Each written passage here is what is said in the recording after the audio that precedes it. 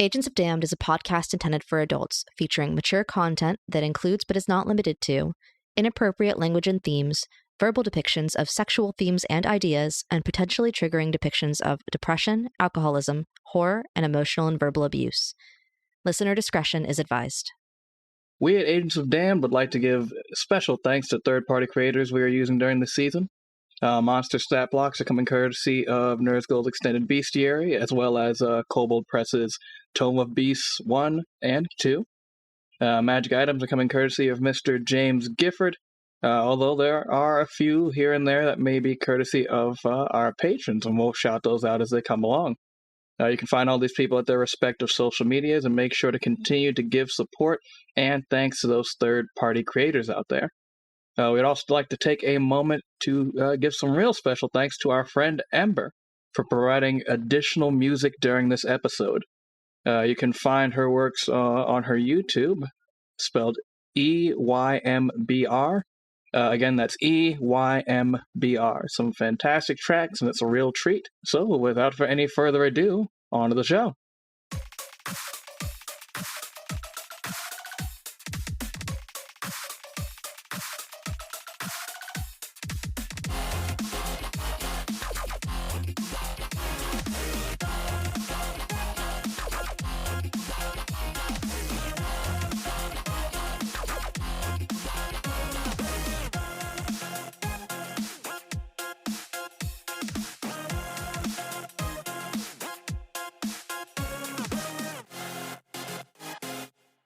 Hello everybody and welcome to Agents of Damned, the Contractor's Arc. I'm your Dungeon Master, Drew, and I'm also a guy who doesn't remember his notes very well. This is a real thing that happened.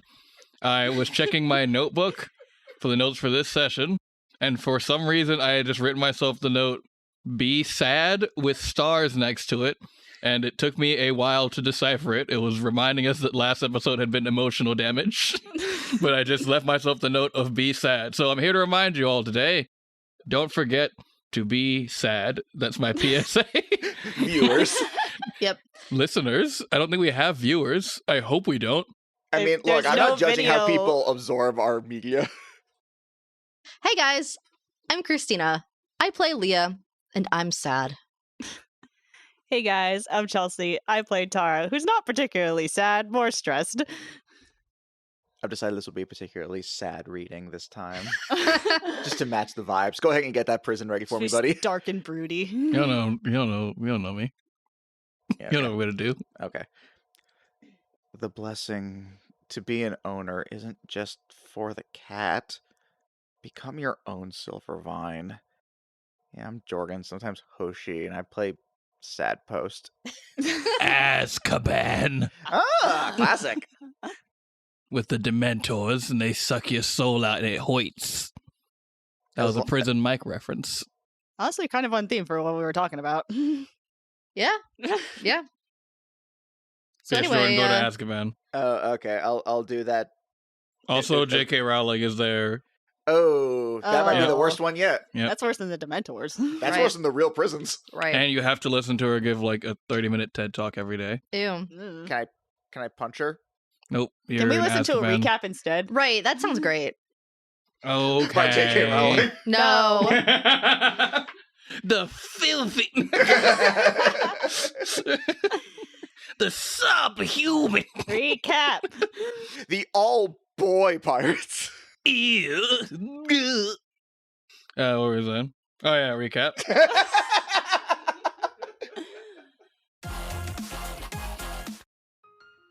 So, last time on Agents of Damned, the Contractor's Arc, you guys got yourself geared up at base and got yourself set up to go to space, sort of. The Astral Sea, more like it. Johan chartered a ship from an old, you thought friend, but probably more not that, as they kind of told Johan off in a way that you did not understand until later on. And how did you guys understand the context of this person being very mean to Johan and him not doing anything about it? Why? An astral storm, of course, that effectively put you guys through the emotional ringer, as coming into contact with the bands of energy and such that were irradiating off of this astral storm would take you guys through memories. Not your own memories, but the memories of other people who were not currently there, but were connected to you in some way, shape, or form. We got Leah, who got to see through her own mother's eyes the relationship between her mother and father when they were younger. We got Tara, who got to experience through the eyes of Bestie, who we now know is also Tara, that she was the one who kind of started her on the path of adventure.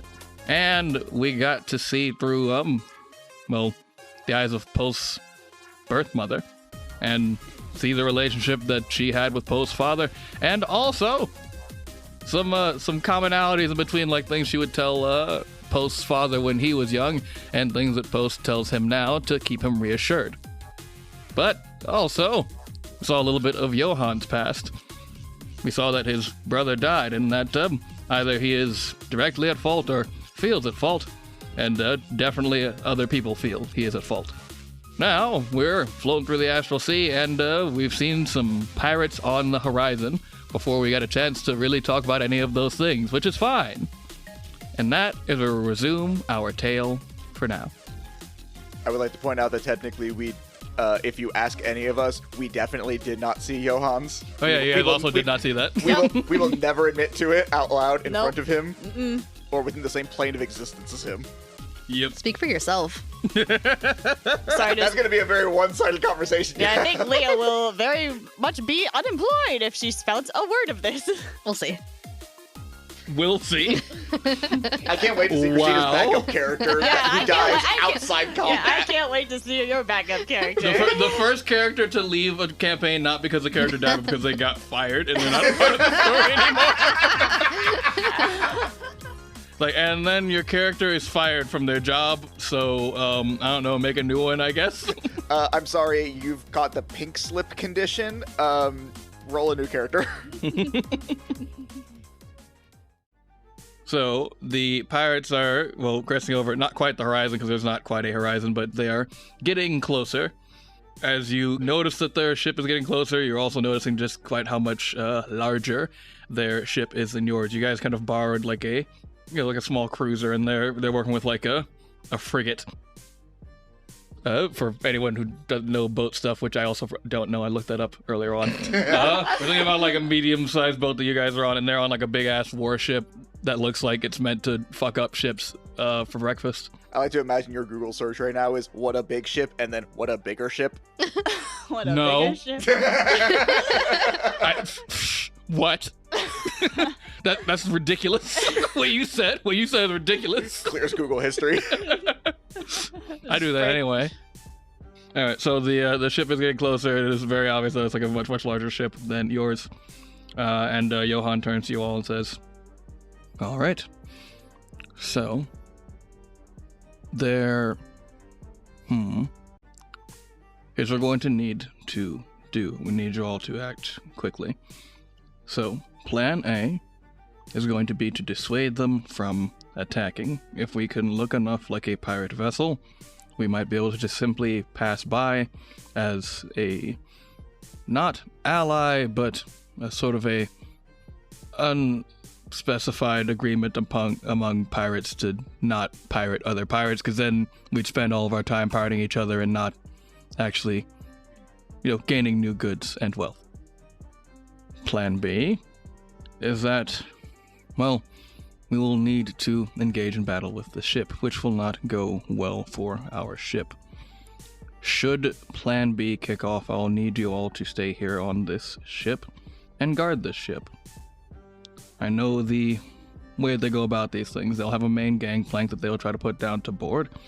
I can forcibly board their ship, get rid of the main gangplank, and they'll have to go to the lower decks to get a new one. That will buy enough time, and you should only have to fight minimal forces while I deal with the ship itself. This will be tiring and time-consuming, so I would prefer that Plan A go off without a hitch. Is everyone on board? I have literally no other idea what we would do, and Plan A sounds fantastic. Alright, so the three of you, look piratey. Post takes off his sweater vest. That is a good step. For the first time all campaign. It smells terrible. Okay, that's not what I meant. Fuck you. Nope, too late. Post does laundry. Alright, what do you guys want to do to look more piratey? Still dead look in her eyes because the emotion is gone from Leah's eyes at this point. One hand on the wheel, like steering, just kind of puts one flap of her sun hat up and then puts the other flap of her sun hat up and makes it look like a tricorn. Johan's eyes narrow and he goes, alright, I expected more. She slowly looks over at him and it's like that dead look, but it's also kind of like a little bit of the like get fucked look, and then she goes back to looking ahead. Johan just kind of nods and is like, I am feeling empathy. Strange. And just kind of like walks away from you because he's like, nah, I'm not dealing with that. I'm not confronting my own demons through watching you confront your demons. That's not happening today. Not developing empathy. What about Tara? What do you do to look more piratey? I think she calls Tart to her and has him like perched on her shoulder, and he just lets out like a squawk like a parrot. Sorry, can we get that one more time? That's what a drake sounds like when it squawks. Like it's being choked. It sounds like you squeezed him. That's amazing. You squeezed him like bagpipes. What do you want? Now available in the AOD shop. It's amazing. Squeezable tart. What else does Post do to look more piratey? You can't just take off the sweater vest. I want to hear one more thing. I feel like really all he can really do is like just try and remove as much clearly obvious like paladin stuff that is on his visible person, because Post doesn't really have anything that he could like don, more just things that he could doff to take away from the paladin ideal. Put a hand over your eye and pretend it's an eye patch. You could put an eye patch on. So. And there could be pirate paladins. It just depends on like what your oath is to. Like you could be an oath of plunder. That feels like the opposite of Post deal. I don't know. You've got golden armor. Just make it look like you stole it. Post looks down, sees that there's an eye patch, and goes like, "Oh, that's convenient," and just slips that on real quick. After he's done removing all of his holy symbols. Alright, so what I'm going to need everyone to do is roll me a joint deception check. Oh boy. Oh! Well, sorry guys. I got a +9. Let's see how far I can carry us. Oh boy. You know, it does feel soothing that Post really can't do much other than disrobe and find an eye patch on the floor. That's a 5. Oh no. Post had a post too. Post actually did pretty good. He got a 16. That's actually, yes, that's not bad. Leah got a 28. Jesus fucking Christ. Alright, let's average those together. Let's pull up the old calculator. That's a pretty solid average. Right up. So we're going to take 28 plus 16 plus, what was it again? What was it again, Chelsea? 5. 5? Does Johan get to help us? You know what, yeah. Do you want him to? I don't see what, like, as of right now, we're at like a 24-25, I think. Mm. I can't imagine Johan has bad deception. I'm going to add an 18. See? And you guys are averaging a 17. I think I did the math correctly. What? Hold on. The 5 really skews it. Yeah, I was gonna say. The 5 skews it pretty good. And Tar's just like standing there awkwardly nervous, sweating. Yeah, and Tar's 17. just like, Yeah, it's a 17. Yep. Yeah, so that averages out to a 17, which is not like it's not bad. It's not Nah. horrible. bad, but it's not like an immediate like oh yeah, these are for sure pirates. So I will say that they're not immediately attacking. They're kind of like they're going about and like they're singing their pirate sea shanty songs, their astral sea shanties, haha.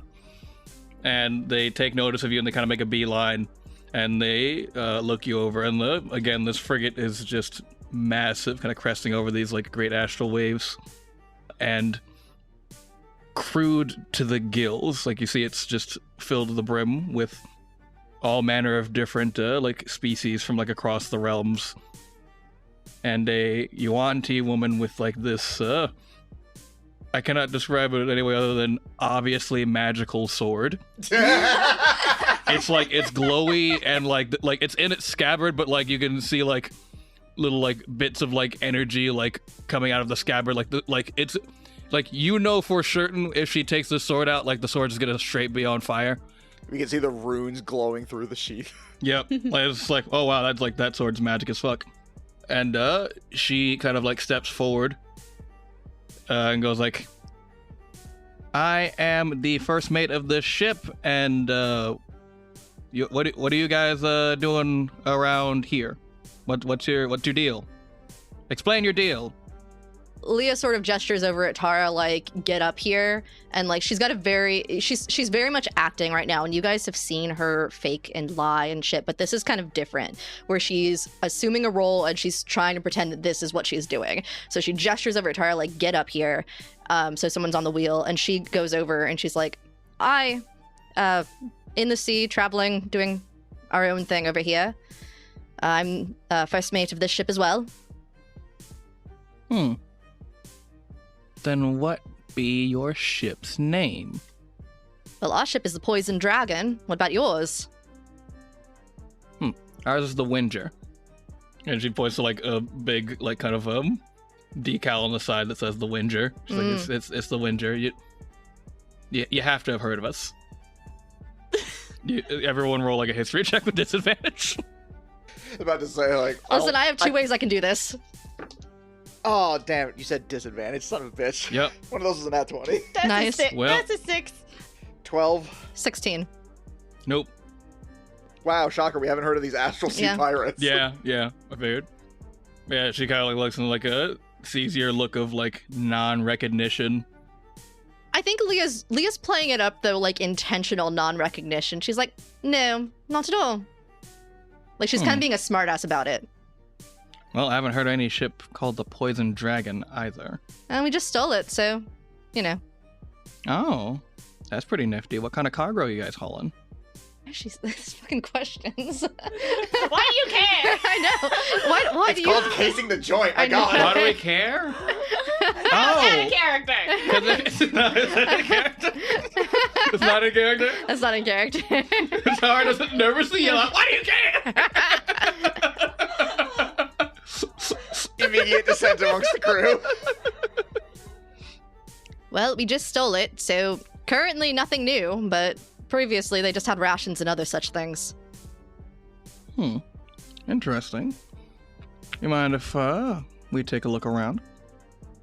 Leah kind of eyes Johan about, like, to see if he has any information on what the fuck to do about this part.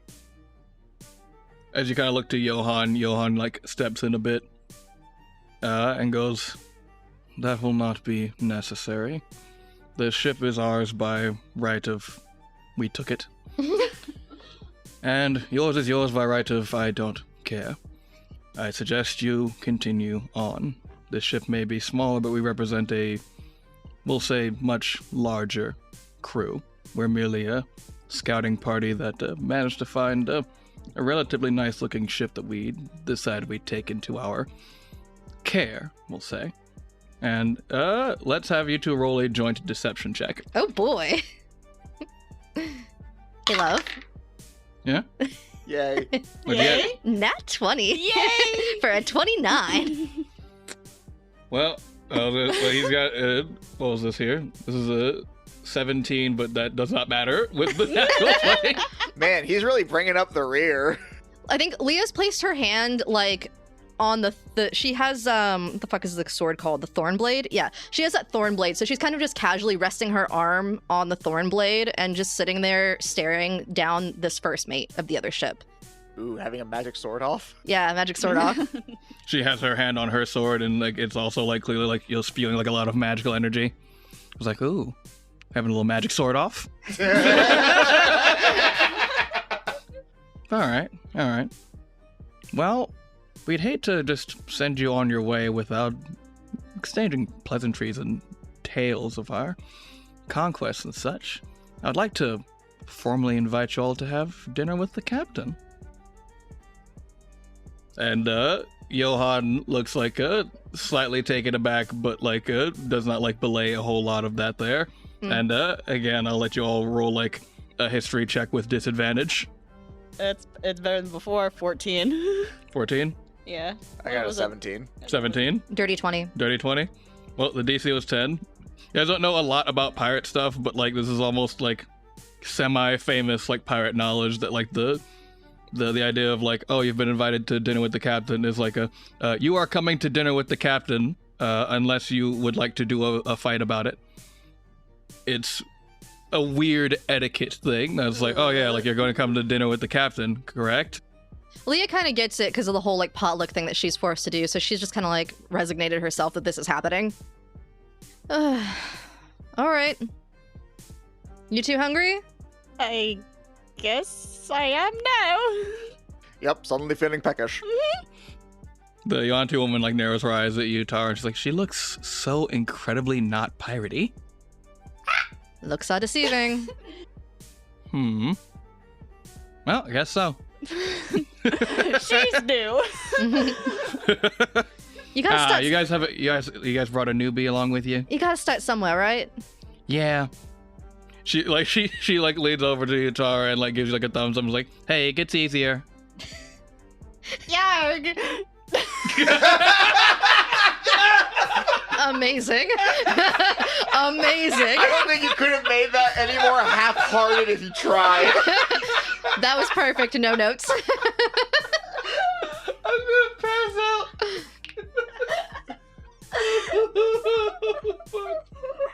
Even Post looks at you embarrassed, like, wow, really? My natural awkwardness coming in clutch.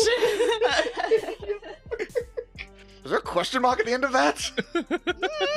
She's just kind of like, You know what? While we're having dinner, I'm gonna teach you some pirate talk. That's not necessary. It might be. It might be. There's only so much we can teach you, after all. Okay, whatever you want.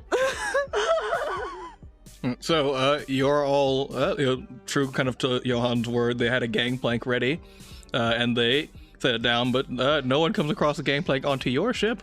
You guys are invited quite cordially onto their ship. Hooray! You're escorted below decks to the captain's quarters. There's like there's a bunch of like kind of like rigging and like sleeping arrangements that like seem to be just like the crew quarters like around you, and then you see like a larger door that opens up to like a little bit more of like an ornate room that has like it's still like a ship, so space is still like a valuable commodity. So like even if like you've got like better quarters, like you're not like it's like having like a luxury room at like a cruise ship. It's still gonna be like oh yeah, here's like the dining room, kitchen, bedroom, and that's where you're in kind of the dining room, kitchen, bedroom of the captain's quarters.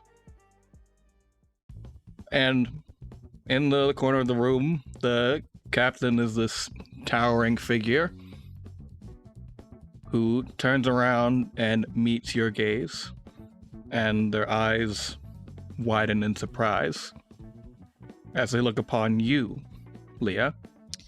Motherfucker. And they go, Sprout, Hemlock. I said Hemlock. As you look upon a tall bugbear woman that you know as Choya. Okay, so in this case, it's okay to use code names since she's like, Hemlock, right? Yes. Okay. Choya. She's not going to call you by your name. Like, it's kind of like, because your names can be interpreted as like, gardener, like sort of like nickname things. Like, I just call her like this plant because like we like plants and stuff. That's typically how you guys would address each other in mixed company. You would not use each other's names because of like, you have no idea what name you gave the people that you're with right now. Yeah.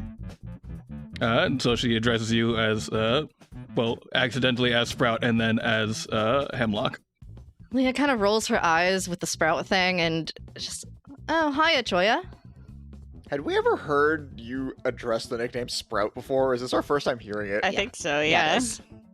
Okay. We knew she had like an embarrassing nickname, but she never specified what it Correct. was. Yeah, I think she threatened you very strongly when she was like, "You'll never ask a question about this." Oh, cool. Now we don't have to. Yeah. Delightful. Ooh. And she looks at like the remainder of you and goes like, "Oh, so these are your friends I've heard so much about." Yeah, doing pirate things right now. Ah, well, I'm doing pirate things most of the time, so you'll fit right in here. As she notices Johan. Uh-huh. And she goes, "Joharak, what are you doing here?" And he looks at her and says, "Why is my employee calling you Choya, Rochelle?" Yep. Which the first mate behind her goes like, "Ooh, it closes the door." I feel like Post and Tara are just like on the sidelines, just like, ooh, the tea is piping today. It's gonna be juicy. Like, what is happening? What was the actual name he called Choya? Rochelle. Rochelle. Okay. Leah sort of answers, I think, for her at this point, and will be like, so you know how I hang around different garden shops, right? Well, this one was kind of prickly, so it's kind of like a fun nickname thing. She's apparently also hired sometimes at the bars near where I live, so just ran into her one day, and she thought that it was funny to mess with me. So I had to somehow try to get back at her, and it didn't work. That is an interesting change of scenery for you, Rochelle. Rochelle, as you know her name, or as she is being called by Johan now, does look like more significantly taken aback by his presence than yours. It seems like, well, you can roll kind of like insight. Okay. Just her or all of us? All of you. Okay. And Oh my God. I'll give Leah advantage because of the. I don't need it. Jesus Christ. Yeah, it's another nat 20 for a 22. I know nothing. Fucking all right. I know absolutely nothing. All right, yeah, nothing. That's an 11. Do you want me to roll a second one just to see if it's a second nat 20? No. So you can No, peer I into the don't. void and know their history. All right, roll a second one. If it's another nat 20, then you have to go to jail. Well, it almost was, but it turned out to be an 8, but it did almost stay on that nat 20 for the second one. That would have been fucking insane. All You right. get a flashback that is not your own. I know, right? Just another solar wind hits me. Only hits you. This is like a little breeze. Just a draft. Yeah. Oops, sorry, one last draft. One last little solo draft. With a natural 20, shit, like Leah, you've actually known Choya for like a pretty long time, even like actually not seeing her like this caught off guard. You get the feel like you've heard like tell of this, but not like you'll see it directly, and you're getting the feeling that you're seeing someone from their past before they were a member of the kindergartners. You're getting the feeling that Choya is like seeing someone who like actually knows her and is not sure how to parse this situation. Okay. I don't know if Leah knows how to navigate the situation either, to be honest. Because Leah's whole thing at this point is to try to do damage control to make sure her mission isn't fucked over. I'll say Choya will pipe in and try to corroborate your story of like, well, you know, I am traveling between realms, and I got a little stranded in the Prime Material for a while. I knew you were there, of course, but didn't want to look you up because of, it didn't seem like you would want to chat after the, the thing. And he said, like, the horrible breakup, yes. Oh! Now Post is taking notes. Oh no! Leah says that. I think Leah's eyes widen and she says that in character. She's like, "Oh no!" And now Audible gasps throughout the room. Yeah, she's like, Oh! now it clicks together. You kind of get the feeling of like, okay, like so the first mate is probably like her confidant in like a little bit. And, like, the first mate put these pieces together first So and fast. went, ooh, nope. And left. It was like, no, no, thank you. okay, so Leah will try to save this at this point, and so she kind of turns on that smarmy bit a little bit, like, oh, horrible breakup. It was a regular, amenable breakup. You left me stranded on an astral island. Damn. Yeah, I left him food. How much? Some. It was Define exactly some. what. It was exactly 48 hours worth of food. Wow. Cold-hearted. What caused it? That sometimes you have different opinions about where your future would go. She got scared about commitment and freaked out and left me on a desert island. Wow. Or it could be interpreted as a playful prank that you'd lived through. You're fine. Did you leave him a pistol with a single shot? Yeah, did you leave him any kind of means of communicating for rescue? Okay, that's not exactly where I was going, but... He's Yoharak. He's fine. He's literally a fucking living weapon. Yeah, true. From what I've seen. And plus, She hey, means it's and she kind of turns to Johan with this. And plus, it worked out better in the end, right? It did work out better in the end. I do still feel, what is the phrase? Some type of way about the abandonment on the desert island. This is less a romantic thing and more of a, how dare you leave me stranded on a desert astral island? I don't think fair. any of us interpreted it as a romantic thing, rest assured. Sure, yeah. I think anyone would be fair pissed enough. off about that and carry a grudge. Mm-hmm. Yes. But it did work out in the end. And I am honor bound to thank you for hosting us on your ship. This is going to be the most uncomfortable dinner. And Joy goes like, oh yeah, you can't like get really pissy about it because my crew's here. They'll murder you. Well, they could certainly try. I guess they certainly could. Let's have you guys kind of like just go. Let's have you guys take a little break on the upper decks. Go around, talk to some people, meet some people, and we'll like meet back up here for dinner. Because it's like, she looks at like a watch. Well, time doesn't work here, but it's early for dinner. I'm sure. I'm not hungry yet. You guys probably aren't hungry yet. Maybe go out and like talk to the crew and such. And Yoharak, maybe you'll find some time to cool off and make me feel less incredibly awkward. How about that? Wanna try a little of that? Go on now. Go on, Shu. Go on, Shu. Go talk amongst the crew. Be gone. Be on you. Ah, get out of Dinner here. later. Dinner later. Oh, Lord. Leah's just shaking her head because she's realizing at this point, while the detriment of getting inducted into the like group was a problem because of how young she was, it also kind of came with benefits at this point because she didn't have to deal with any messy shit like this. Arguably, we still did. Just a different mess than you would have expected. A Yes. different flavor of mess. Different flavor of mess. But it's like she's not trying to hide relationship stuff from before her like joining, is what I mean. Can't have a past if you don't have one. Yeah, exactly. So she's just kind of shaking her head. Shaking you her say head. that. We do now have dirt on you. Listen, Well, that's fine. Leah's just shaking her head and just kind of like looks over at her shoulder, and she gives Choya like a specific kind of like look, like I don't know if we need to meet up later or anything, but she just kind of looks over her shoulder quickly and then like kind of goes back like with the rest of the group. alright, yeah. So Choya kind of like returns your look with like a little bit of like a nod of like like Later.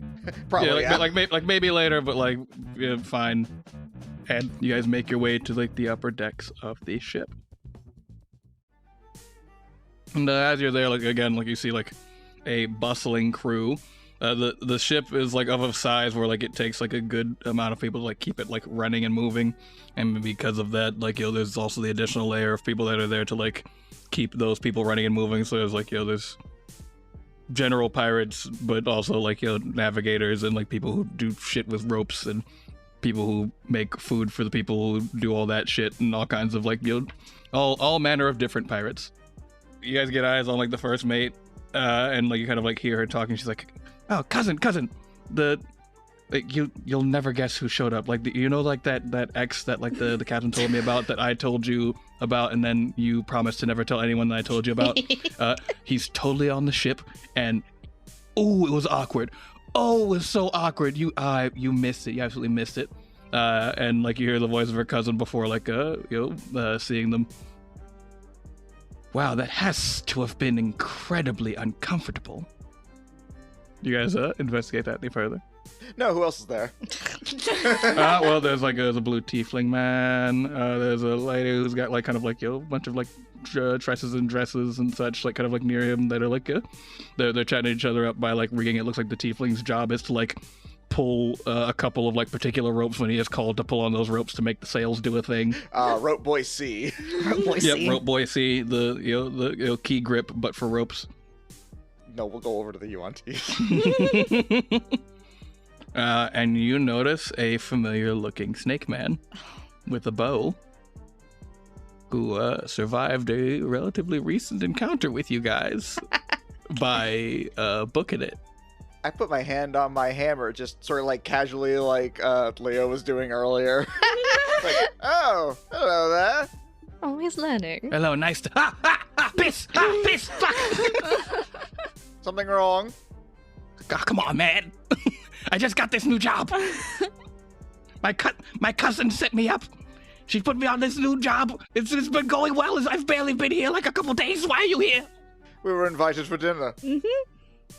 He slowly looks over to his cousin, who's like, "Are you guys the guys that like killed his like whole like past squad?" Yep. To be fair, they started it.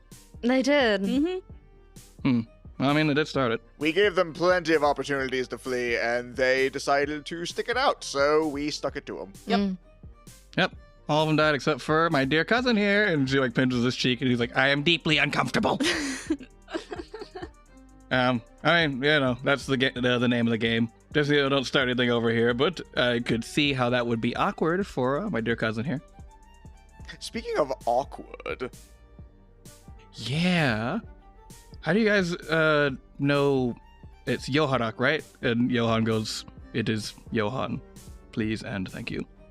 I didn't realize Johan was Yeah, I still didn't with realize us. Johan was with us. He's just awkwardly following along with us. He's also been sent away to be like, "I don't want to do with you." I didn't think he would stick with us. Yeah, I thought he'd just go off do his own thing. I could go brood. I don't think I would have said that if I knew he was right there. The way I'm imagining this is Post and Tara walking ahead of where Leah and Johan are, and then Post turns and realizes Johan is with us. And she's like, "Oh." So what's gonna be for, like, we never got the menu. Yeah, what's he all usually eat here? Well, it's generally whatever we can find or scavenge or steal from whatever cargo ships are foolhardy enough to try to travel through the Astral Sea, which are a lot because we're connected to pretty much all realms. It's pretty wild here. As she says that, like in the background of like your conversation, a portal opens up. A celestial-looking ship like flies through the portal, another portal opens up, and then like it is swallowed up by that portal again. She's like, well, didn't get that one. They usually go through that quickly? Some of them. Oh. Some of them not quite so much, and then they have to deal with us. And we rob them. Mm-hmm. It's pretty fun. Yeah. It's like we show up and we're all like, "Give us your stuff," and they're like, "Please do not murder us," and then they give us their stuff. It's like, it's so easy. All you have to do is have a much larger ship and way more people than they do, and they just give you their stuff. That would do it, I suppose. Yeah, that's about does it. But I think for dinner we're probably having like void chicken or something. Ugh. I'm going to need a little more of an example on what that is. Void chicken. I don't. That's why I asked for further Is clarification. it like infernal chicken? Have you really never had void chicken? I've never heard of void chicken. Everyone in the Nine Hells? Can't say that I have. Oh, you've got to go. It's great. Nah, it's literally Hells. But yeah, there's like hell chickens there. They're real spicy. Oh. Like naturally. Oh. Like you really have to cut the spice because I think the spice is meant to be like a level of punishment. But you prepare it right. It's pretty good. Got like a buffalo kick to it. Oh. You ever had buffalo? Oh, definitely. Yeah. Buffalo are pretty delicious. Especially the wings. Yeah. Oh, the good old flying buffalo. I'm glad we were on the same page mentally. It's now canon to this world. Yep, they are now a real and present creature. Yep, that is. Its wings are a delicacy amongst bargoers and sports patrons. All right. Well, I mean, I can show you around to, like, the rest of the crew if you'd like. That'd be nice. All right. Well, then let's go around and meet some peeps. And she takes you around, and like her cousin goes like, "Guys, please don't fuck this up for me." Don't fuck it up for yourself. Yeah, don't start shit. I'm not gonna start this like. I mean, it's like I got this job on recommendation. Just like if anyone asks about me, just say like, "Yo, I fought good and that was cool." Hey, you're the sole survivor. True. Mm-hmm. All right, you guys are pretty okay. Just don't start shit. I'm not gonna start anything. No one's paying me to. Okay then, we're good. Things are all a matter of perspective. Yeah. Like before, we were like, engaged in death combat. And now we're like, now we're chill. For now. Those are the rules. As you said last time, it's a job. Yeah, it's a job. When Tara says for now, there's a little bit of a light that comes back in Leah's eyes, which kind of goes for a fist bump with you, because you guys both said the same thing at the same time. Nice.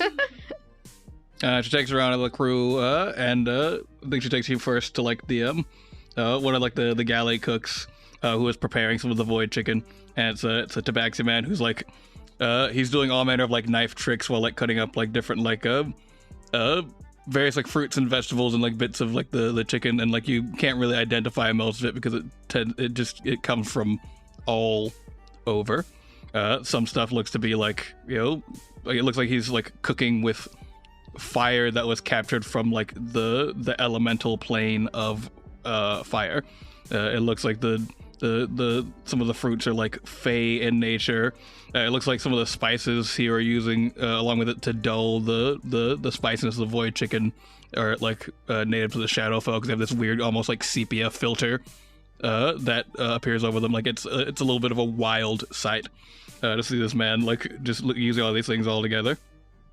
This hurts to look at. Oh yeah, you don't want to look at it for too long. Name's Binks. Good to meet you. Likewise. You guys new crewmates?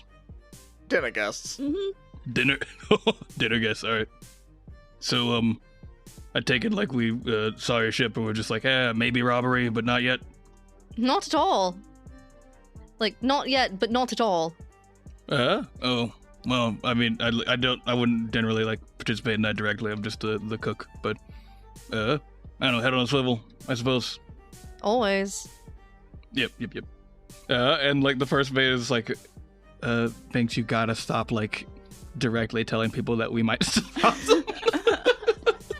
Like you gotta stop like doing like that. And Binks is just like, look, stop.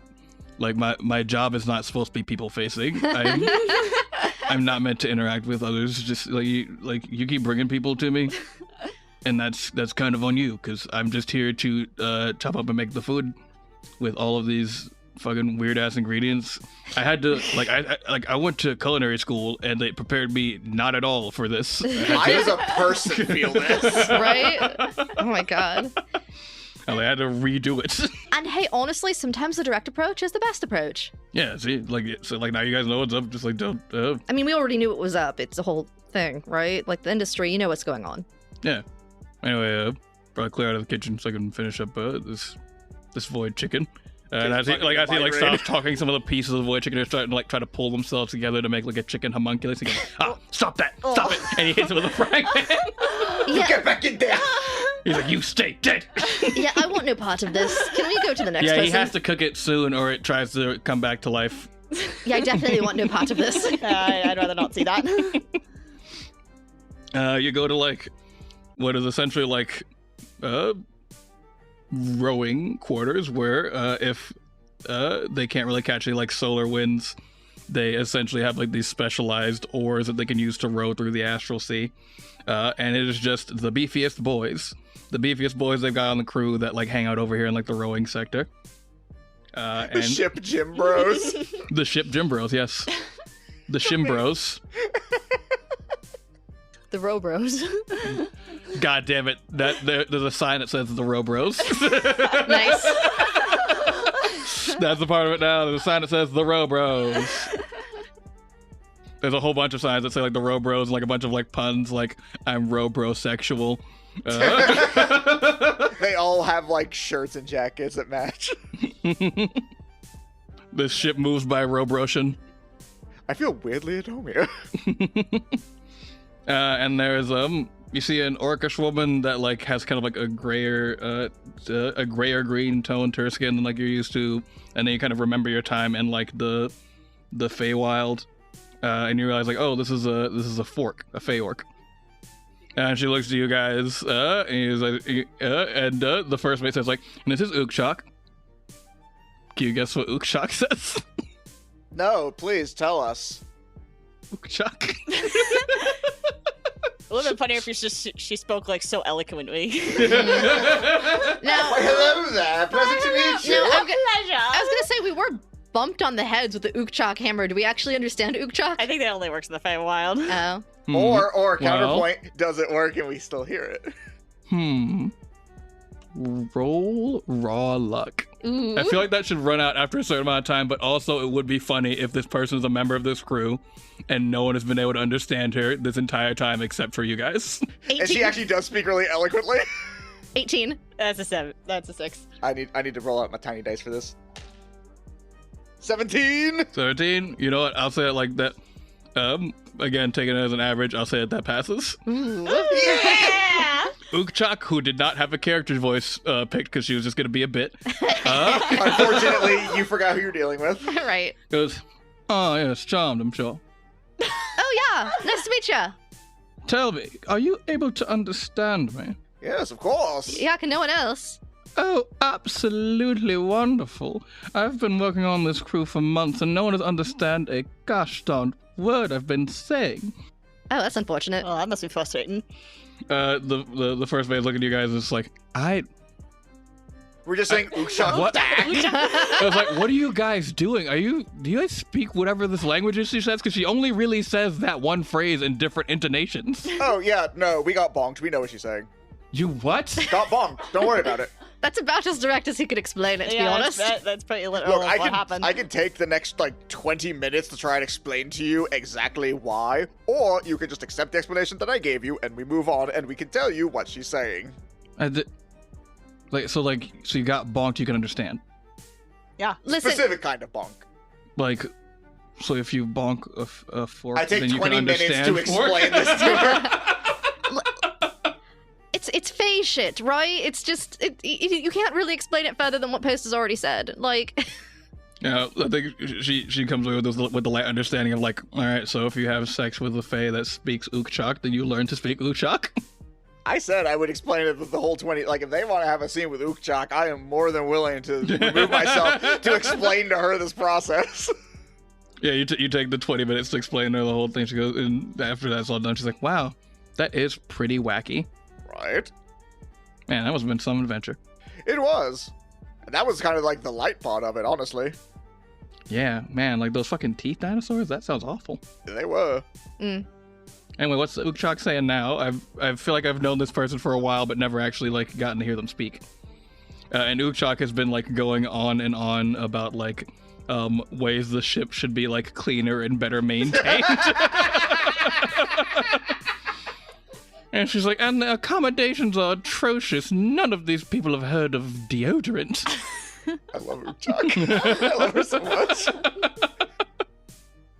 It is a damned crying shame. And like actually that kind of continues that on. Like the first mate goes like, all right, I think that's enough of like Ukchak because I do still have the inability to understand what she's saying. But I'm glad that you guys can. Hey, maybe we'll like you. Maybe we could hire you guys on for crew at some time. I mean, as far as I can tell right now, as long as you just tidy things up around here and invest in some deodorant from a plane that has it, I think Ukchak would be much happier. Oh wow, that's never gonna happen. Well, we tried. She says it with such confidence. She gestures vaguely around to like the piratiness of the setting. Someone walks by, spits on the ground inches from her feet, and she doesn't flinch. And she's just like, "Not gonna happen. It will not happen." Leah's nodding with a different kind of understanding because she knows how Choya is.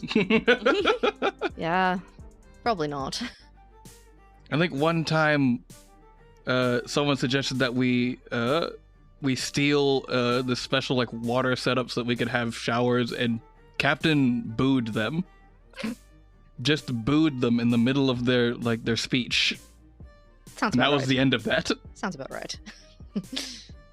I mean, even if you didn't do it for that, like, just having a constant stream of water sounds like it would be ideal.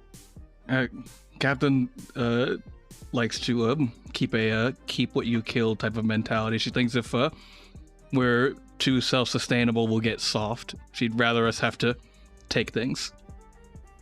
Well, So we can have showers, but we gotta pillage up our showers every time. And it's like we keep food stores, but like we're not like keeping plants on the ship or anything. Also, it would be very difficult to do so. I'd imagine on a ship. Especially somewhere like the Austral Sea where everything's so, chaotically changing. Chaotically changing, Not- charged with magic, Yeah, wibbly wobbly, timey wimey. yeah. There's the corpses of dead gods in here sometimes. Wait, what? What? Huh? Wait, you guys didn't know that? It's still surprising to hear, even if you do somehow know it. You guys ever seen a god corpse before? It's pretty wild. It's this incredible sense of awe and also foreboding. Like nothing reminds you of your own mortality more. Truly nothing. First time I saw one, it took me 3 days to be okay again. You guys want to see one? No, I'm good personally. I don't know. I mean, we've interacted with Rob Tomaton multiple times, and I feel like that's about the same. Maybe She was like, this one. I knew I recognized you guys from somewhere. You were on Let's Get Deeper. I love that show. We don't need to talk about this anymore. Who's next? You're the guy who cried so much. We're moving on. You cried so We're much. moving on. Yeah, it's all just dramatized. It really is. Can you sign my poster? And she has a poster that is official merch of the show. And it's just like a little chibi version of Post who looks very sad. Oh wow! They got your mustache like perfectly. Yeah. It's so wet with his tears. Post reluctantly signs it. She goes, yeah. She is very happy about that. We do not talk about this any further. Have you ever seen a god corpse before, Johan? Oh, Uh, God, I yo- keep forgetting you're here. I keep forgetting Johanna Johan's just been with us. quiet during all of these engagements because he's just like processing like reliving trauma. And he's like, I was I guess the word would be born on a god corpse. So Oh, yes, Which Uh, one? I am not familiar with the god in question. All right. They're not asking. Rochelle was a close confidant, we'll call her, but also the one who found me when we were both children. Oh. Oh. that's rough, buddy. It's a real Zuko energy. Yes, we grew up together for a time. And then, as you all know, I was abandoned on an astral desert island with enough food for exactly 2 days. Yikes. The first phase is just like, ooh. So who's next over me, Who Jay? am I talking to next? I think it's time for dinner, I guess. That's perfect. That's perfect. On the way to dinner, as we're walking over to go to that, Liam will hang back a little bit with Johan as we're walking, and she just kind of pipes up like, the woman in my memory was my mother who died when I was young. Johan looks to you and goes, I do not have a direct frame of reference for that feeling, but I am told it would be very stressful, so I express my sympathies to you. I have not known parentage. To my knowledge, and that knowledge is limited, I was made. Definitely sounds different. It is quite different. I, in the memory that we were dragged through, relived the funeral and death of my brother. That was my fault. And the haranguing that came from that. I was a different person then. Arrogant. Wasteful. Inefficient. and that inefficiency cost a life. So I made sure it would cost no more. Weren't you young in that memory? I was. So I know that things are different because of, not being born and just kind of being made, but when my mother died, it was, I guess, my fault too, in a way. If that's the way that you look at it. I don't know the circumstances of what happened with your brother, but for my mother, we were going after a flower because she had an interest in gardening as well. And unfortunately, this flower only grew underground, and, well, the cave kind of started collapsing, and she threw me out and didn't make it out herself. So. Your feelings of fault seem illogical. So. You did not have the cognizance that the cave was unstable and therefore could not have known that it would harm your mother. You did not knowingly bring her into the cave knowing that it had the potential for harm, nor did you have the frame of reference to feel as though that harm could come to either of you. Your intentions were innocent. My situation was completely different. I was meant to meant to take my stand of watch, and I had gotten used to a certain reputation as Yoharak. I had thought that no one would dare challenge us, and so I did not take my watch seriously, and when we were attacked, my brother was killed. Our situations are quite different. My fault is true, but yours, I do not believe you to be at fault. I can't really speak on your species' brain development to really comment further, but I am sorry for his death, and... I was young at the time, but not a child. Just a younger man, a more brash man. It did not help that they'd given me the title of Yoharak. We were not named, you see, my brother and I. Yoharak means one who stamps out the flame. Oh. It is how I came up with a proper name once I left the Astral Sea. I was insurmountably efficient at causing death. And I thought that made me and those close to me untouchable. And I was incorrect. That is true fault. Do not torture yourself over anything less. I think Leah has this kind of look on her face about the whole efficient at killing thing, and she's kind of quiet from then on as they're walking. Can't relate to that. No, can't relate to that. No idea how that feels. She's just kind of nodding along at that and just stays quiet for the rest of the walk over to go to dinner. So, you guys, you make your way back down, the captain's quarters. Choya has, taken some time to, compose herself, and, you'll get, a spread ready. The void chicken is, well prepared. It looks actually kind of delicious. If you hadn't seen it, trying to move and reform earlier, you would never have guessed that that's what happened. There are a couple other, crewmates there that are, a few of the people that you met earlier and some that you didn't. That have all joined for dinner. There's a little a couple minutes of eating in silence, and after those couple of minutes, Johan kind of stands from the table and says, "As per the decorum of the captain's dinner, I have met my minimum requirement for this. I will retire for the evening," and just fully walks out of the room and just kind of claims a bunk and takes that for his place to sleep.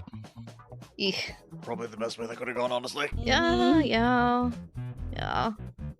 Choya pipes up and goes "Yeah, I did not do my best with, Yoharak there. And I heard what happened with his brother later." I think Leah, uncharacteristically, when she says Yoharak, she does chime in. She's like, Johan. It's by Johan now. Oh. Huh. We never did give him a name, did we? Oh, that's pretty fucked. Anyway. You said it. You know what? I said it, not us. So what's been up with you? I mean, I haven't seen you since, what, you were like a teen and you had that adorable little phase where you kept following me around because you thought I was so cool. Oh my god. You were like, oh, Miss Choya, will you show me how to do that? Oh, Miss Choya, will you show me how to do this? Post his elbows on the table, just eating this up. And you would call me Miss Choya? Like, what was that all about? Yes, what was that all about? Do tell. Fuck all the way off. Absolutely not. Yes, we are going to change this conversation right now. You know what? That's fair. Tell us about Sprout. Oh my god. You guys not know about Sprout? Not know. Because she was a widow. She was our widow Sprout. I fucking hate this. I can say it if it's in context. She was our widow Sprout. Oh my god. She goes to like pinch your cheek. Don't touch me. She bats her hand away. Don't fucking touch me. Opposed sleight of hand. Spicy. This is great. It's so nice being on the opposite end of the unwanted nickname. 22. It's nice seeing Leah squirm. I know. You just barely are able to like get out of the way of like Choya. Choya's a member of the order, but she's not like quite a rogue in the same way that like you are. Like the order is about like assassination, like the kindergartens are about assassination, but like that takes many forms. Mm-hmm. Like there are like, you know, there are members that are like druids, there are members that are like wizards. It's mainly about like you having enough proficiency with like the discretion that the murders go on with. And there's also members of the kindergartners who aren't like, you know, in the same way that this crew has members that don't directly participate in like the actual piracy. They just like, help the ship run. There are members that don't directly involve themselves in like clandestine assassination work. Mm-hmm. And you remember that was kind of one of the things that you found sort of cool about Choya. Not that she's like, she's not someone who doesn't get her hands dirty. She very, very much does. But Choya is effectively like the front-facing criminal face of the kindergartners, who, by everyone else's knowledge, is like a kindly gardening association. Mm-hmm. Choya exists for when like Granny Nightshade needs a representative or eyes in a room for actual criminal dealings with other criminals, and they need to be taken seriously and be respected. On paper, and as far as anyone's knowledge, Choya is not affiliated with the kindergartners. She's just a pirate who has a gardening hobby. Yeah, and I think Leah definitely respected the directness that Choya was allowed, and she was honestly kind of jealous of it. Yeah, like where you were like learning, like, and this is how you like keep this from like going on here. When you would spend time with Choya was like, that guy looks like his wallet is full. I'm going to punch him and take it. And then she would. Yeah. And then he'd be like, that's my wallet. And she'd go like, is it? And he'd go, no. And you found that quite cool. And then she'd punch him again. And she'd punch him again. Yeah. For good measure, to make sure he didn't forget. Yep. So with all the ribbing, Leah does look at Post and Tara, and she's like, I was young and I just respected that she was able to just walk around and do cool things all the time, and no one fucking bothered her, tried to like pick her up because she looked small and weak, and I just thought that was neat. You know what else is neat? Oh my god. I kept something. The fucking... Something from when we were hanging out when you were younger. Do you remember your honorary pirate hat? The first mate, even on this one, is just like, her what? my what? Her what? What? She has a little box. Oh no. Oh yes. Oh no, it's coming back to me. You remember a time when you were like you were like a tween teen, like you were like busting, you were like cusping onto like your teenagerness, but so you hadn't quite reached that stage where it's like, I don't think anything is cool. I'm too cool for everything. You were very earnest about what you thought was cool. Yeah. And like you had been hanging out with Choya for a little while, and you were just like, man, I kind of think I would like being a pirate. And Choya found this endearing, and I was just like, oh yeah, I'll teach you some pirate stuff, but like you gotta you'll look the part. And she gave you an honorary pirate hat and you wore it for like a little bit too long. I think honestly until Albus like threw it off of her head, probably. Albus made a habit of like every time like you would like come like downstairs and like wearing like the pirate hat, he would just like very quickly like flip it off of your head and like take it. Not doing that. That's enough of that. I have to be honest, I thought that thing got thrown in the garbage forever ago. Oh, I didn't know it still existed. A mutual friend of ours kept it, and I won it off of him in a poker game. Great. Great. And she pulls out the honorary pirate hat. Oh my And god! she goes to try to put it on your head. Leah tries to dodge. No, absolutely not. I'm not wearing this again. Opposed dexterity. Just dexterity. You know, opposed acrobatics. 23. Ooh. Uh-oh. That's a 26. Oh, God. This is terrible. Pirate hat. Pirate hat. I think Leah goes I think to she do... literally like she does like the magician sleight of hand where like she fakes with like one hand and moves it so fast like you dodge that one, but she actually had the hat in the other hand, and like in the direction that she dodged, like she puts the hat on. Ah, shit. Fuck. And the entire crew goes, "Way!" Leah's ears are flat back. Pirate hat, pirate hat, pirate hat, pirate hat. Post takes a picture.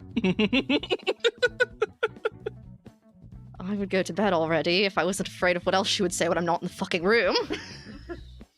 Because clearly that's stopping her.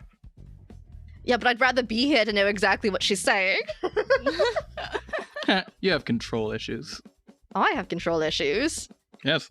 Hmm. I understand that the world is random and things are outside of my control, and I'm totally cool with that, which is why I'm so freaking cool. Yeah, alright. And the first mate goes like, and that has nothing to do with your fear of commitment. Joy goes, hey, fuck yourself. So you guys are just kind of like, just enjoying dinner, like there's like, kind of good-natured ribbon kind of being thrown back and forth. And after a while, it's pretty clear it's like a kind of time for you guys to turn in. And Joya looks at you all and goes like, all right, well, I think it's about time for us to turn in. Like, we've got kind of a ship this big is kind of a 24-hour job, so I've got to get back to it. But please enjoy a rest on the ship. I do have to insist you don't try to disembark while we're kind of like checking through things. But I mean, I think you kind of know that like you're okay. She kind of gives you a wink, Leah. Mm-hmm. Just to enjoy a nice, comfortable night's sleep. And tell you what, in the morning we'll give you guys a little like a escort, little help, kind of getting through the astral sea. It can be a bit arduous here. Sound good? Great. All right. And of course, you know that you already got like a wonderful guide with you. You have an official honorary pirate. Fuck yourself. Thoroughly. Anyway, you guys all get to have a nice sleep. And you all awaken the next morning on cold, hard, rocky ground. That doesn't feel quite right. Backwards. Not in the hammocks, not in the cots that you fell asleep in, but on cold, hard, rocky ground. As you see your ship lashed up to their ship, floating away, quite far away from all of you. How much food do we have? Johan, who is like already like woken up, goes like, exactly 2 days worth. You know, in hindsight, we probably should have seen that coming. And Leah, there's a little like note in like your little like pouch pocket thing. Yep. And as you go to like look at it, it is a note from Choya and says, "Sorry, no hard feelings. Johan," air quotes, or not air quotes, but Johan quotes around it, "is a big information risk. Can't have you guys around the ship. Didn't want to have the crew kill you." Yep. She shoves it back in her pocket. And you look around, and it's a pretty barren desert, like, rock island. It's more like a floating, like, when they say island, they're talking about, like, a rock kind of, like, floating out in, like, the astral space. It's sizable enough that it's not like you guys walking on, like, weird, uneven terrain. It's kind of like this big, like, flat mesa with, like, kind of, like, different, like, nooks and crannies and, like, divots and stuff. There's, like, there's, like, mountains and such, like, kind of scattered around and, like, hills and whatnot, so you can't, like, see super far on the horizon in any, like, direction. But it initially looks to be pretty uninhabited until you hear a voice. What are you guys doing here? Oh god, the hallucinations have started already. Oh, no! I'm not a hallucination. I'm Arturo. And you guys see a very young drow child. What's up? Hi. Hi. Hiya. Are you guys pirates? Honorarily. Like she is, and points to Honorary. Leah. I don't know if that counts. My mom says I'm not supposed to talk to pirates. I'm definitely not a pirate. Yeah, I'm no pirate. He looks to you, Tar, as you look the most like not a pirate. Yep. Not at all. Oh, wait, hold on. I take off the eye patch. Oh, okay. If you had one eye, that would make you a pirate. Yep, no. That is the rules. That is the rule of you. That is the rules. One eye, you is pirate. God help Cyclopses only have one career path.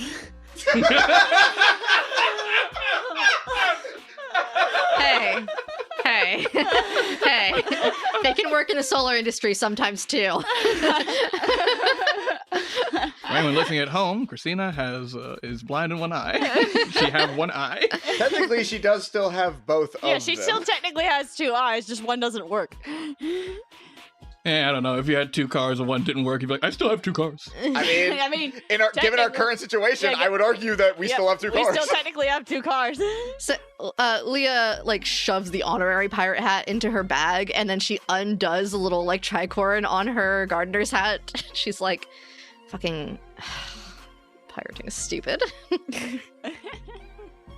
Are you guys like dangerous guys? Not usually. No.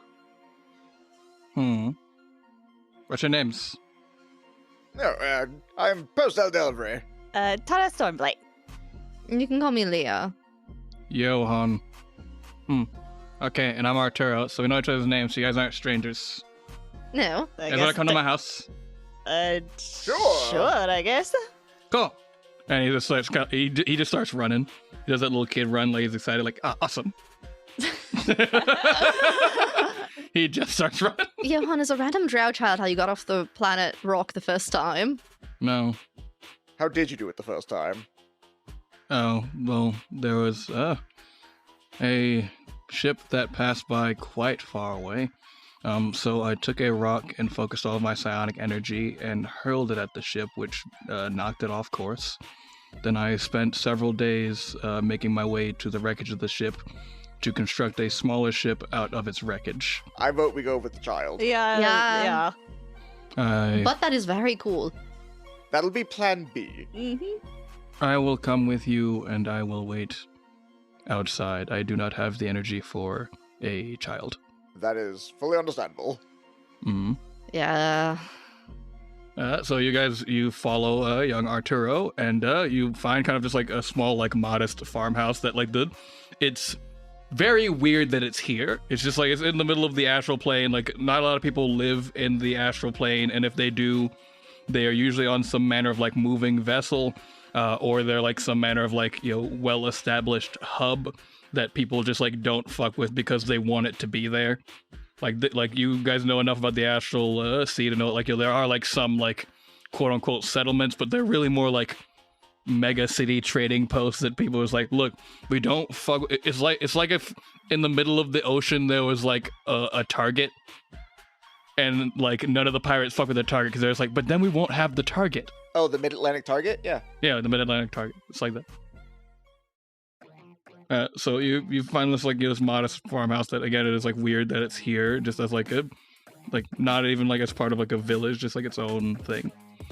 And Arturo like kind of brings you into the home, and it's just a very like normal looking home. There's like this coats on like a coat rack. There's like 2 backpacks by the door that you would imagine one of them belongs to Arturo. You don't have to imagine one of them belongs to Arturo. Like Arturo's like the only one who would fit. No, like there's 2 backpacks by the door, and like one of them has Arturo's name on it, and like he kind of gives that like that energy of that child who's like his name has to be on his stuff because he forgets it everywhere. Like you pick him up from school and they're just like, "Where's your coat?" And he goes, "Huh." So his name is like on a piece of tape that is taped to his backpack so it can be returned. Implying other residents on the rock. Yeah. And he just kind of brings you like the main living room, and goes like, "Okay, so this is my house. You guys looked kind of stuck, and also the guys who dropped you off looked kind of mean. True on both counts. Yep. Yeah. So do you guys want like a grilled cheese or something?" I mean, I won't say no. Yeah, I wouldn't say no to a grilled cheese. All right, hold on. I got my mom. I'm not allowed to use the stove, and he runs off.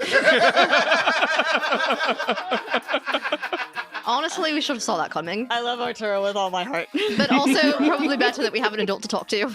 But probably, as I was low-key hoping that was where this was. As soon as he said his house, I got a little concerned. And then you guys hear another voice, but this one is coming from like an intercom system that has been like hooked up through the house. Yeah, cool. And you're like, hello? Hello? Hello? So you followed Arturo to my home? He kind of led us here. Arturo, we talked about strangers. They're not strangers. They're Postman and Torby, and Liba and Yog. Johan just goes, "That's not even close." It's closer than I was expecting, honestly. Right, at least ours are ones that we've gotten called before, so. I mean, I'm used Mine to it. is not in any way inaccurate. Yours isn't, but me and Tara. I mean, I'm so used to little Lena messing up my name that I just don't care anymore. Yeah. Honestly, I should start going by Kevin at this point. Is your name Liba or Kevin? It's Leah. Oh, Arturo, we talked about names. Learn. What are you here for? Well, we got stranded on this rock, and then your son sort of dragged us home to your home, and now we're here. Mm-hmm. Okay. Oh wait, hold on. I almost forgot. You hear like a bunch of like gears and stuff, and like a big ka-chunk crank of a lever, and then like from like their coffee table, it opens up and like an orb comes out of it, like this, like an orb like attached to a little dais, and like a bunch of electricity surrounds it and creates this field around you. Oh, well. Cool. And y'all need to make a hold on, let me double check the spell. Is it the zone of truth? Yep. Yeah. Oh, Great. that will not be an issue. I mean, I ain't got nothing to lie about. I feel like Post has been hit by one of these so many times just growing up, he like instinctively, willingly fails. Now you can't. Yeah, you can choose to fail. You can choose to fail. I need you all to make a charisma save. Post will just fail. He's not gonna lie Post chooses anyway. to fail. Yeah, Post chooses to fail. What about Tara and Leah? If you guys do make it, you do still get the +3 from Post. That doesn't turn off. +3. Yeah. I mean, that's an 18 from Tara. Leah gets a 22. I don't think Leah recognizes this enough to be able to be like, yeah, I need to fail this intentionally. All right. So you guys do pass the save, and the orb goes, and it turns off, and she goes like, "Oh, please, don't. It's a truth orb. You gotta let it. Did you guys try to resist the zone of truth? I mean, I don't know what that is. Let the orb make you do truth." Did you not? Are you not familiar with zones of truth? No! What? Not Well, magical. it's not per se a zone of truth. It is a truth orb. It is my own invention. Thank you very much. Sorry, it felt very familiar. It does create the effects of the spell zone of truth, but I don't have to fucking learn magic and stuff. I just have to do this big lever. That's very cool. That is cool. It's very cool. Cool. So we're gonna let the truth orb do its truth business. Sure, fine. That's okay. I mean, now Already that, affecting me. Thank you. And she hits the lever again. She goes like, "Why did I make that lever so heavy?" And you're all in like the. Wait, I thought you made it. Yeah, why'd you make it? You're the one who made it. She says that to herself. She's like, "Why did I make that lever so heavy?" And you're all in like the truth zone. And she asks you again, "Why are you all here? We got stranded. How? Pirates. Pirates. Are you friends with these pirates?" Not anymore, for certain. Not anymore, for sure, yeah. Leah, you're very quiet. I don't actually think Leah would consider Choya a friend because of how, like, the nature of their job. So, no. All right, and so, kind of satisfied with that, she goes like, okay. Do you mean me or my family any harm? No, he offered us grilled cheese. You don't hurt the hand that offers you grilled cheese. Classic saying. Arturo, you can't promise to grill someone a cheese and then ask me to do... I gotta stop my whole thing here. I will grill you all a cheese, yes. Well, answer the question about the harm. Did I not? All of you. No. Yeah, I don't think we have any intention of harming you. No, not at all. Okay, I will come down and we'll...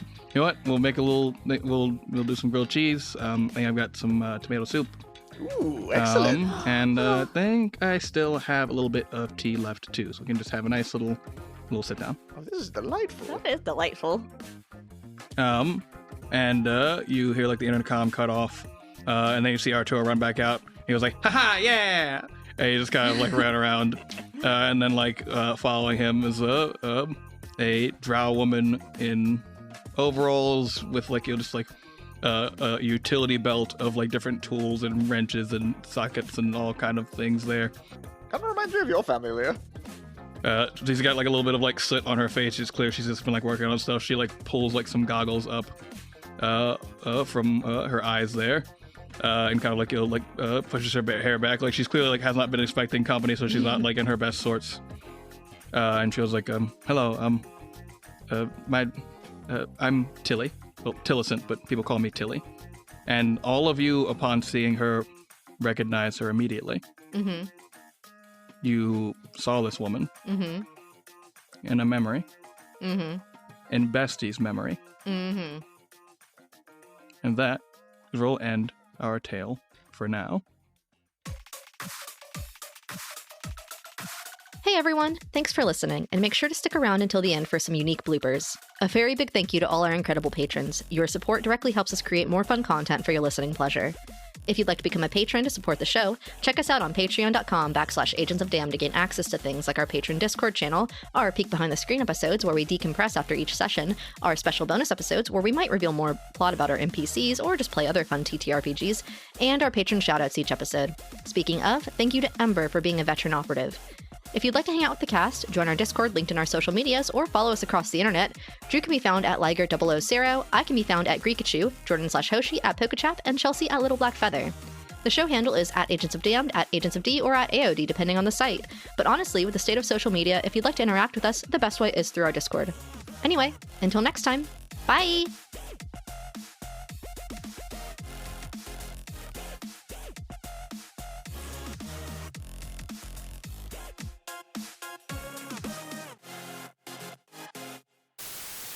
Someone else say a thing. Hold on, I'm writing.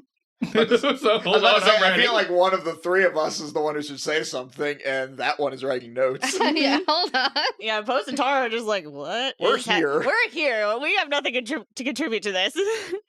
We're here for the tea. Their worst selling location. And yet, still there. Still there. Wow. If you're in the middle of the ocean and you saw a target, would you not want to go? No. I mean, not as of late, but you know. I mean, true. think That's for different reasons. If I was stuck in the middle of the ocean, I think I'd have to drop my pride a little bit to go to the target. Yep. They'd be like, we have inflatable boats. You'd be like, ah, shit. Fine, but I'm returning it as soon as I get back to mainland. I will take the receipt, thank you. Okay. And Johan, the person who stranded me here abandoned me on a desert island when I was a very young man. That we had a very sloppy breakup, and it is we're not friends. It is we are opposite friends. We are as far from friends as you could possibly be. Oh wait, hold on. Johan waited outside. Mm-hmm. I was gonna say this is a really strong. He just screams out for Yeah, us. he just screams outside. He's really distraught about it now. Retcon. I'm real fucking tired from working. All right, so Johan was not here for that. Everyone listening, Johan has not been here in the room the whole time. What are you talking about? He's We outside. retconned it. It never happened. You're back on, Johan. I know you're outside. talking about, Drew. What happened? Why are you continuing on with this? I probably fucking said other shit that we can't cut out, but yeah, Johan's not inside. Here, we can fix it. We can end up like, Leah, you've been You know really what? Start quiet. the session over again. Shut up. Leah, you've been really quiet. No, not friends.